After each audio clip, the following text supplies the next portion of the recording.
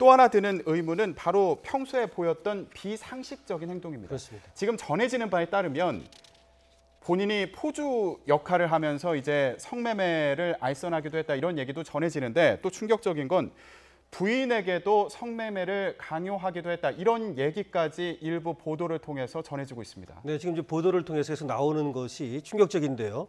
처음에는 어떤 성폭행 흔적이라든가 이런 것들이 없다. 그래가지고 정말 범행 동기가 지금 문제 아닙니까? 네. 사실 지금까지도 범행 동기가 드러나진 않았죠. 앞으로 이제 이 범행 동기를 알아내는 것이 가장 중요한데요.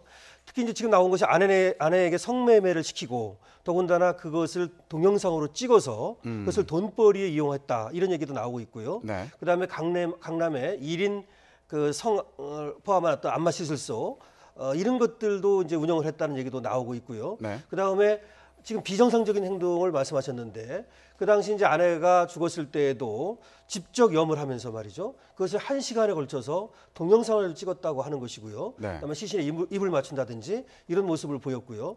하여튼 계속해서 지금 나와 있는 여러 가지를 보면은 이영학 씨가 도대체 어떤 사람인지 지금 지능이 떨어진다든지 이런 사람 같지는 않은데요. 다만 정상적인 사람은 아니다. 그래서 얘기될 수 있는 것이 성도착증을 갖고 있지 않았느냐. 이런 얘기가 이제 조심스럽게 나오는 것이죠. 네. 이제 가학적 성도착증이라고 있거든요. 그리고 이제 시신에다가 성적 애호를 보이는 그런 것도 있습니다. 네크로필리아라고 하는데요. 그래서 이것들과 관련해서 아내가 도대체 어떻게 죽은 것인지 네. 그리고 아내가 특히 좋아했다고 하는 이 피해 여학생이 또 어떻게 죽은 것인지 이런 것들이 상당히 지금 의문점을 불러일으키고 있는 것이죠. 네. 그러니까 성적인 문제로 계속 얘기가 흘러가고 있는 상황인데 여기에서 또 나오는 내용이요. 10대 소녀에게 집착하는 경향을 보였던 거 아니냐 이런 얘기도 나오고 있고 실제로 부인이 임신할 당시에도 16살이었다, 10대였다 네. 이런 얘기까지 더해지면서 의문이 증폭되고 있어요. 네, 그러다 보니까 이른바 그 소아기호성 범죄자, 그 피도파일에 해당되는 것은 아니냐 이런 얘기입니다. 네. 즉 성적 지향과 만족감을 일반적인 성인에 맞춰주지 않고 상당히 어린 여성들에게 맞춰져 있는 왜곡된 성도착의 모습이다. 이와 같은 평가인데요. 그것의 이제 그 근거가 이 부인 자체도 지금 말씀하신 대로 16세에 결국은 임신이 되어서 아기를 낳게 되었고 네. 또 그 이후에 지금 수년 동안 알려진 인터넷상의 이형학의 그 행태를 보게 되면 10대 그 여성 청소년들에게 여러 가지 유혹적인 메시지를 많이 보냈다고 하는 것입니다. 상담을 그 가정해서 오빠에게 연락하라. 그리고 이 오빠의 사진을 늘 갖고 있어라. 그리고 필요한 경우 아마 가출 청소년을 대상으로 한 것 같은데 연락을 하게 되면은 샤워실과 개인 공간을 마련해 주겠다. 또 타투, 문신도 함께 하자.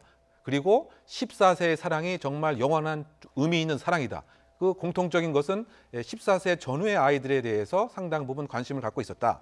그렇다고 그 봤을 때는 지금 딸 친구의 유인 자체도 우연한 것이 아니고 이와 같은 어린아이에 대한 왜곡된 성에 대한 관심이 있었다고 봐야 될 것 같고요. 네. 우리 큰 틀에서 봤을 때는 이것이 두 가지 유형이 있습니다. 처음부터 태어날 때부터 성적인 취향이 아이에게 향해진 경우도 있지만 성장 과정에서 성인에 대한 상당한 거절 때문에 이제는 고착이 아이 쪽으로 바뀌게 된 거죠. 왜냐하면 네. 아이는 내가 언제든지 통제할 수 있고 조절할 수 있고 반면 성인에 대해서는 자신의 컴플렉스 때문에 부담감이 있다. 그러면 성적인 취향이 퇴행하는 형태가 바로 피더파일의 한 모습인데 네. 그와 같은 것이 상당한 부분 있을 가능성이 있고요. 이 사람이 상당히 그 가학적이고 공격적이라는 측면에서 봤을 때는 이와 같이 청소년들은 자기가 얼마든지 힘으로써 통제할 수가 있습니다. 네. 그리고 유인하는 방법도 상당히 뛰어난 거죠. 아이들 유형하는 방법이. 그러니까 그 문신을 통해서 소위 말해서 무슨 오빠라고 하는 얘기에서부터 마치 그 센 모습을 보여주고 차도 고급차를 보여주고